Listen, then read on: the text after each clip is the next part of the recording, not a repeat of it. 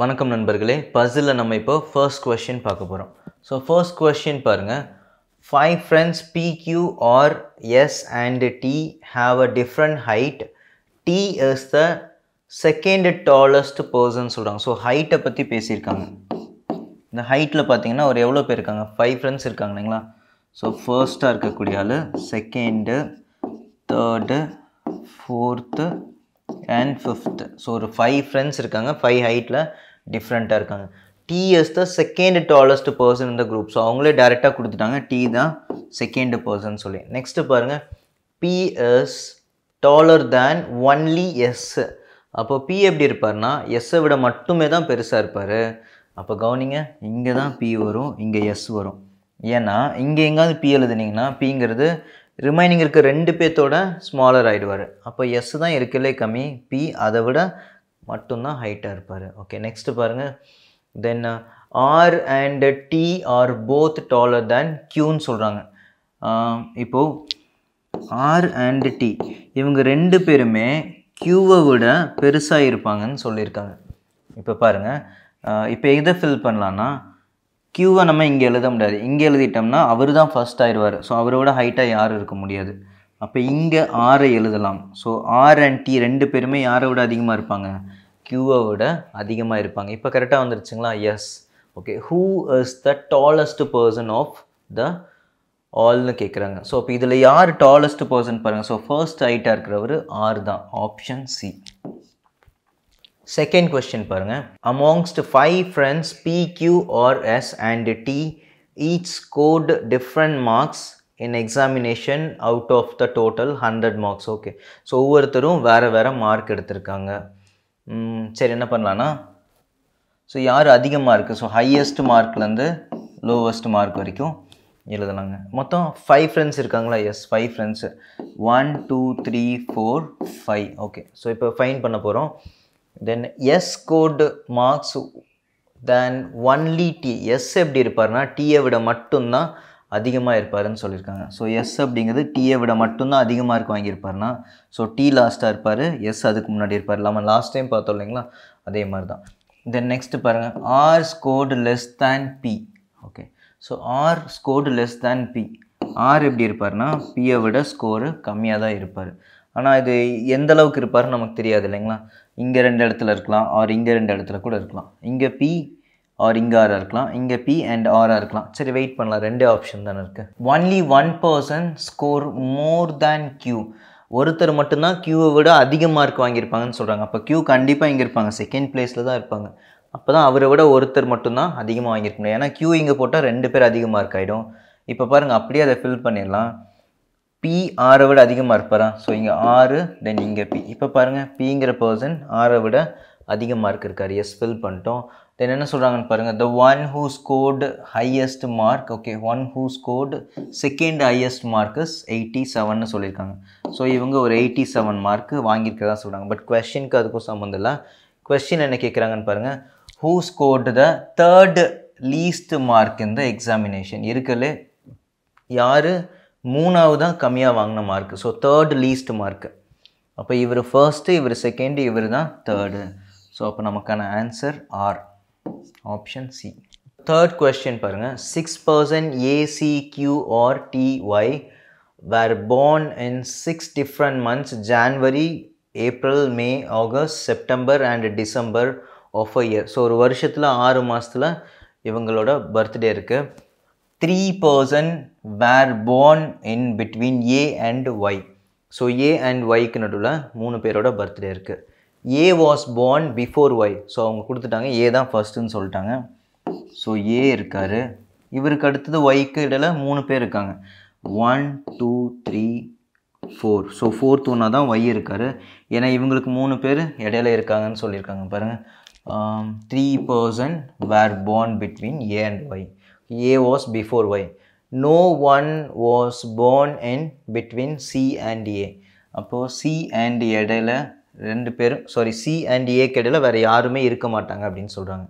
Okay, then next பாருங்கள், ஒருவேளை C இங்கே கூட இருக்கலாம். எஸ், இங்கே கூட இருக்கலாம். ஸோ ஒரு ஆப்ஷன் தான். ஏன்னா இவங்க 2 பேர்த்துக்கு இடையில வேறு யாரும் வரமாட்டாங்கன்னு சொல்கிறாங்க.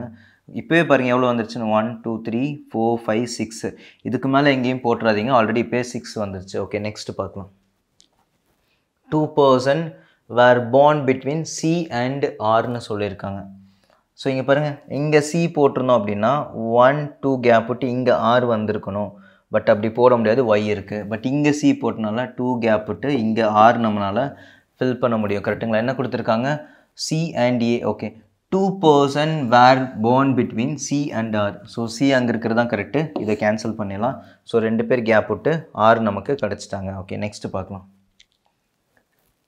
T was born before Q so T was born before Q T எப்படி இருக்காருன்னா born before Q Qக்கு முன்னாடியே T இருப்பாருன்னு சொல்கிறாங்க ஓகே அப்போ அந்த மந்த் வைஸ் நம்ம எழுதிடலாம் இல்லைங்களா மந்த் மாறி வர போகிறதில்ல ஸோ இவர் ஜான்வரி அண்ட் இவர் April then May August then September and December so அப்போ ஒவ்வொருத்தரோட பர்த்டேவும் நம்ம ஃபைன் பண்ணிட்டோம் சரி என்ன இருக்குன்னு பாருங்கள் who among the following was born in மேன்னு சொல்லியிருக்காங்க ஸோ மேவோட மேலே born ஆனவங்க யாருன்னு பார்த்தீங்கன்னா டி தான் so option D so fourth question என்ன கொடுத்துருக்காங்கன்னு பாருங்கள் 6 friends L, M, N, O, P and Q work in 3 different cities namely Chennai, Pune and Nasik not more than 2 in a single city அப்போது 2 பேத்துக்கு மேலே ஒரு single சிட்டியில் வரமாட்டாங்க so டோட்டலாக 6 persons இருக்காங்க 3 cities இருக்குது அப்போ ஒவ்வொரு சிட்டிலையும் 2 members ஒர்க் பண்ணுவாங்க each of them has a different professions எக்ஸாம்பிளுக்கு பேங்கர் சாஃப்ட்வேர் இன்ஜினியர் ஒரு lawyer lecturer doctor and psychologist not necessarily in the same order எக்ஸாக்டாக அவங்க சொன்ன மாதிரி ஏபிசிடி மாதிரி இருக்காது மாறி கூட இருக்கலாம் ஓகே ஸோ இப்போ சால்வ் பண்ணலாம் பாருங்கள்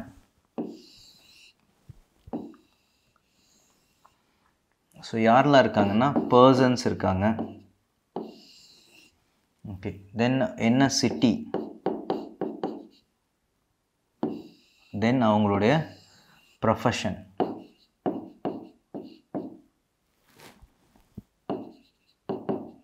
ஓகே தென் இப்போ இதெல்லாமே நம்ம ஃபில் பண்ண போகிறோம் ஸோ எவ்வளோ பர்சன்ஸ் இருக்காங்க 6 persons இருக்காங்க இல்லைங்களா ஸோ 1 2 3 4 5 and 6 ஸோ ஃபர்ஸ்ட் என்ன சொல்லியிருக்காங்கன்னு பாருங்கள் O works in Chennai and is not a lecturerன்னு சொல்லிட்டாங்க ஸோ O ஒர்க் பண்ணுறது சென்னைன்னு சொல்லிட்டாங்க ஆனால் யாராக இருக்க மாட்டாங்க லெக்சரராக அவர் இருக்க மாட்டார் okay then M is a banker and banker by profession and work in Pune so இப்போ M டைரெக்டாக அவங்களே கொடுத்துட்டாங்க M அப்படிங்கிறவர் ஒரு banker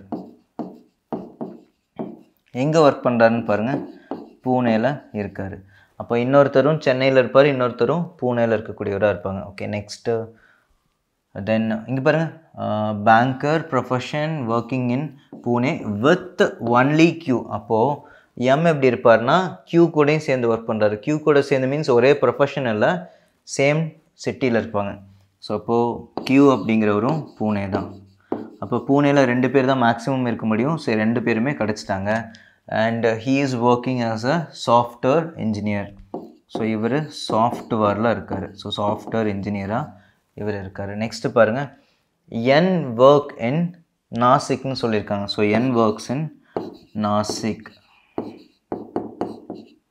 and not a lawyer profession so அப்போ N பார்த்தீங்கன்னா நாசிக்கில் இருப்பாருன்னு தெரியும் பட் லாயராக இருக்க மாட்டார் okay next P is a doctor and does not work in Chennai so P பாருங்கள் டாக்டர்னு கொடுத்துட்டாங்க அவர் எங்கே இருக்க மாட்டார்னா சென்னையில் இருக்க மாட்டார் பூனேவாக இருக்க முடியாது ஏன்னா 2 பேர் ஆல்ரெடி வந்துட்டாங்க வேறு எதாவது இருக்குங்க நாசிக்கா மட்டும்தான் இருக்கும் ஸோ அப்போ 2 நாசிக் வந்துருச்சு 2 பூனே வந்துருச்சு நெக்ஸ்ட் என்னவா இருக்குங்க கண்டிப்பாக சென்னையாக தான் இருக்கும் சரி நெக்ஸ்ட் என்ன சொல்கிறாங்கன்னு பாருங்கள் தென் இங்கே எந்த பர்சன் விட்டுட்டோன்னு பாருங்கள் L விட்டுட்டோம் மற்றது எல்லாமே நம்ம ஃபில் பண்ணிட்டோம் இல்லைங்களா ஓகே தென் நெக்ஸ்ட்டு பாருங்கள் the only other person who works in Chennai is a lecturerன்னு சொல்லிட்டாங்க அடுத்து சென்னையில் ஒர்க் பண்ணுறவங்க எங்கே இருப்பாருன்னா லெக்சரராக ஒர்க் பண்ணுவார் ஏன்னா இவர் லெக்சரர் இல்லை அப்போ இவர் யாராக இருப்பாருங்க லெக்சரராக ஒர்க் பண்ணுவார் இவர் லெக்சரர்னு சொல்லியாச்சு ஓகே நெக்ஸ்ட் என்ன கொடுத்துருக்காங்கன்னு பாருங்கள் இவர் ஒரு lecturer okay Then next, which of the people? Okay, so இதோட முடிஞ்சு. இங்க பாருங்க, இவரு lawyer இல்லன்னு சொல்லிட்டாங்க, இவரு lecturer இல்லன்னு சொல்லிட்டாங்க. இவர் lawyer இல்ல, lectureraவும் இருக்க முடியாது, ஏன்னா ஆல்ரெடி இவர் lecturer வந்துட்டார். வேற என்ன இருக்குன்னு பாருங்க, psychologist இருக்கு இல்லைங்களா? ஸோ psychologist இருக்கு. இவர் lecturer தான் இல்லை, என்னவா இருக்கலாம், லாயராக இருக்கலாம். ஸோ இவர் ஒரு லாயர். ஓகே, ஸோ நமக்கு வேணுங்கிறதெல்லாம் ஃபில் பண்ணிட்டோம். சரி, என்ன கொஸ்டின் கேட்டிருக்காங்கன்னு பாருங்கள். Which 2 people work in Nashik? நாசிக்கில் ஒர்க் பண்ணக்கூடிய அந்த 2 பேர் யாருன்னு கேட்குறாங்க. ஸோ நாசிக்கில் ஒர்க் பண்ணுறது N and P. ஆப்ஷனில் இருக்கான்னு பாருங்கள். Yes, N and P. Okay, so இப்போ நம்ம டைப் 1 முடிச்சிருக்கோம். இந்த வீடியோ உங்களுக்கு உபயோகமாக இருக்குன்னு நம்புகிறேன். நன்றி நண்பர்களே.